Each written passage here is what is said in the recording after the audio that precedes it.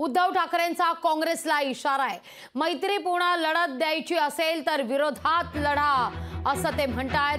काँग्रेसला आघाडी तोडण्याचा ठाकरेंनी आता इशाराच दिलेला आहे। या घडीची महत्त्वाची बातमी, मैत्रीपूर्ण लढत होणं गरजेचं असं खरं तर वक्तव्य काँग्रेसच्या गोटातून करण्यात आलेलं होतं। आता त्यावर उद्धव ठाकरे यांनी इशाराच दिलाय।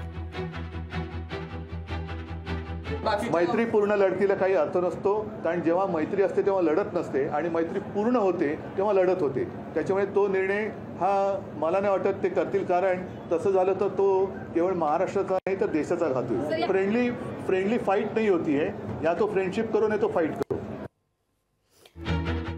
या घडीची महत्त्वाची ही बातमी आपण पाहतोय। उद्धव ठाकरे यांनी काँग्रेसला आता इशारा दिलेला आहे। मैत्रीपूर्ण लढत द्यायची असेल तर विरोधात लढा असं आता सांगण्यात येते। मैत्रीपूर्ण लढती करता आपण सज्ज असल्याचं काँग्रेसच्या गोटातून सांगण्यात आलेलं होतं। किंबहुना मैत्रीपूर्ण ही लढत असल्याचं काँग्रेसच्या गोटातून सांगण्यात आलेलं होतं आणि आता त्या संदर्भात उद्धव ठाकरे यांनी ठाकरे शैलीत पलटवार केला असं म्हटलं तर काही वावगं ठरणार नाही। मैत्रीपूर्ण लढत द्यायची असेल तर विरोधात लढा असं आता थेट उद्धव ठाकरे यांच्याकडून सांगण्यात येत आहे। ऐन लोकसभा निवडणुकांच्या तोंडावर या वक्तव्यानं आरोप प्रत्यारोपानं आघाडीत बिघाडी होणार का याची चर्चा जोर धरते।